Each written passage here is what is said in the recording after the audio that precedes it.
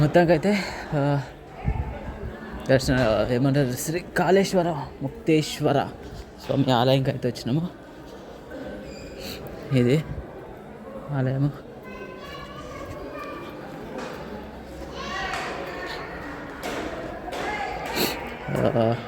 దాదాపు 1.5 2 గంటలు పట్టింది కదా. ఎగ్జాక్ట్ 11:30కి రీచ్ అయినా.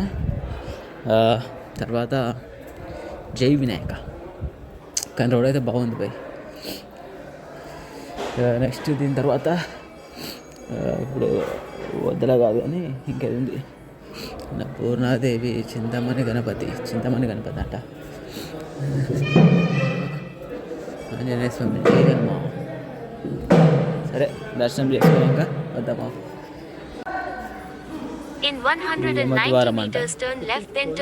ఇదేం లేదు, జస్ట్ అది పెట్టించుకో, అది అయితే సేమ్ ఇక గండ దీపం అంటే ఈ దీపంలో నీళ్ళు అదే నూనె పోస్తే ఆయుష్ పెరుగుతుంది అంట.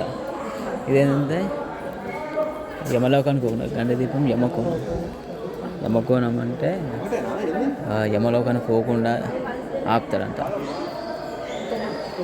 ఈ భక్తుల ఆచారాలు సరేనమ్మా, ఒకసారేనట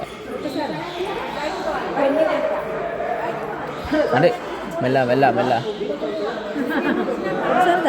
అంటే ఇట్లొచ్చి ఇట్లా పోవాలంతే.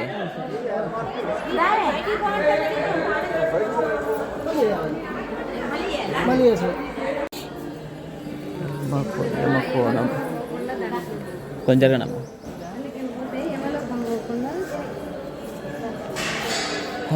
అది యమలోకం పోకుండా దారి అది ఆపుతుందంట. అంటే ఎన్ని పాపాలని చేయొచ్చన్నట కాదు కానీ చేయకుండా దర్శనం అయిపోయింది. నెక్స్ట్ గో టు సుందిల్లా తర్వాత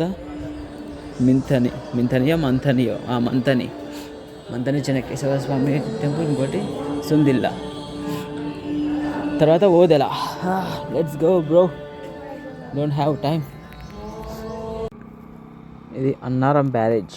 అది అప్పుడు 2 కుంగిపోయినా చూసినాం. ఇదే అది ఇంత పెద్ద ఉంది. అన్నారం బ్యారేజ్ మొత్తం ఇసుక. దీని నుంచి మనకి ఇసుకలు వస్తాయి. ఇసుక మొత్తం తీసుకొని కిందికి ఎంత లోతుందో, ఇది ఒక అటు ఒక 6-7 అంతస్తులు ఉంటుంది. 6-5 అంతస్తులు ఉంటుండొచ్చు ఈజీగా. అంటే ఫుల్ వాటర్ వచ్చినప్పుడు ఈ గేట్లు తెరుస్తారు అన్నమాట. పైన పోతాయి. ఇది కింది సైడ్ అనమాట. అక్కడ నుంచి ఈ గేట్లు ఎంత పెద్దగా ఉన్నాయి ఇవి. సో అక్కడ నుంచి వాటర్ వస్తే ఇవి గేట్లు తెరిచి కిందికి వదులుతారనమాట. ఇక చాలా పెద్దగా ఉంది. బొల్లు చీ నుంచి అందాక మంచిగా.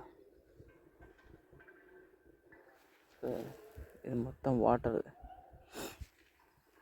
ఇది బ్యారేజ్ అవుట్ సైడ్. అక్కడ నుంచి వాటర్ వస్తే ఇక్కడ వదులుతారనమాట. చాలా పెద్దగా ఉంది. ఓకే మళ్ళీ ఇక మంత్లీకి పోదాం ఇక.